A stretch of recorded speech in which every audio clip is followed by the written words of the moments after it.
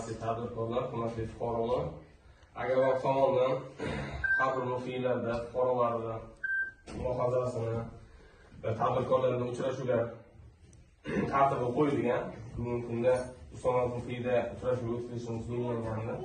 Sizlarda agar bank tomonidan qiziqtirgan masalalar, savollar, qanaqadir takliflaring va masalalaring bo'ladigan bo'lsa, biz o'sha narsa bo'yicha yechishga harakat qilish uchun suhbatlar, o'sha uchrashuvlar o'tkazamiz tadbirkorlar bilan.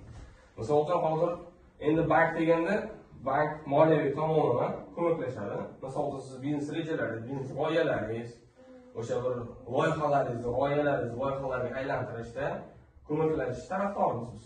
Bunday olganda prezidentimizning qarorlari bilan mana shu narsalar ko'p chiqiladi. Misol uchun Agrobank tizimida hozir bank tomonidan har xil plastik kartalar yoki omonatlar, turli ipoteka, avtokreditlar, yosh tadbirkorlarimiz uchun jinsiy ko'mak kreditlarimiz bor. 17 million so'mdan yillik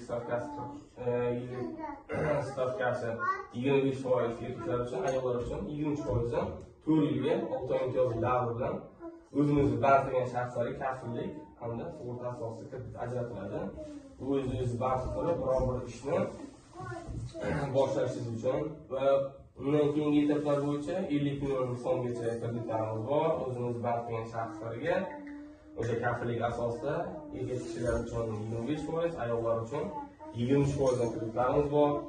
Katta loyihalarni amalga oshiraman, bir yil davomida faoliyatimni yuritib kelyapman, uzluksiz aylanma mablag' shakllantiraman va faoliyatimni kengaytiraman. Tikuvchilik, issiqxona, chorvachilik, ishlab chiqarish xizmat ko'rsatish bo'yicha 5 yilga 2 yil imtiyoz davridan 100 million so'mgacha garovsiz kreditlarimiz bor. Qo'shimcha 12 soniya qaroriga asosan.